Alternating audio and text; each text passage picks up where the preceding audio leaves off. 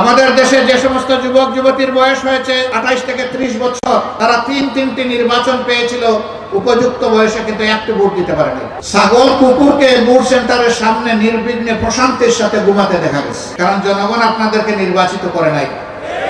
14 সালের নির্বাচনে 154 জন বিনা ভোটে পাস, 18 সালের নির্বাচনে রাতের বেলা খালাস, আর 24 সালের নির্বাচনে আমি আর দামি। এই অবস্থায় নির্বাচন করেছে আওয়ামী লীগ।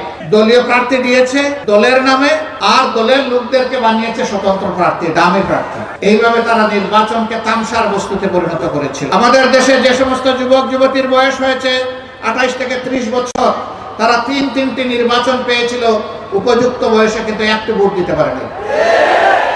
আর যারা বয়স্ক ছিলেন তারা জীবনে কখনো ভোট দিতে পারলেও এই সময় ভোট দিতে পারেন নাই।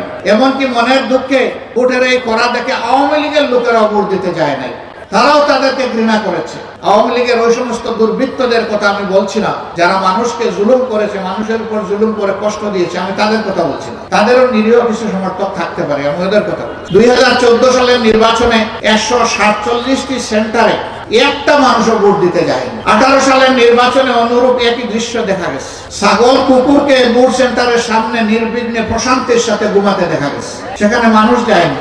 চতুর্দিকে উন্নয়নের জোয়ার তাদের আমলে শুরু হয়েছে। বলে যে উন্নয়নের রাজপথে মহাসড়কে এনে তুলে দিয়েছে দেশকে, বিশ্বে নাকি বাংলাদেশ উন্নয়নের রোল মডেল। আর ঠিকই বলেছে, উন্নয়নটা তাদের কপালে হয়েছে, জনগণের নয়। এই সরকারের পার্টনার ছিলেন হোসেন মোহাম্মদ এরশাদ। তিনি 13 সালে সংসদে দাঁড়িয়ে বলেছিলেন, দেশের অবস্থা এমন, ঘরে থাকলে খুন, বাইরে গেলে গুম। সরকারের অংশ হয়ে তিনি সেদিন এটা বলেছিলেন। এটা ছিল বাস্তব চিত্র বাংলাদেশে। সারা বাংলাদেশে ছোপ ছোপ রক্ত আর খাড়ি খাড়ি লাশ, লাশে লাশে ভরে গেছে পুরো বাংলাদেশ। এখানে আপনারা কিছু গোলাপ ফুল, তাজা গোলাপ ফুল রেখেছেন। এই গোলাপগুলো আজকে চিৎকার দিয়ে বলছে, আমি শহীদদের রক্ত।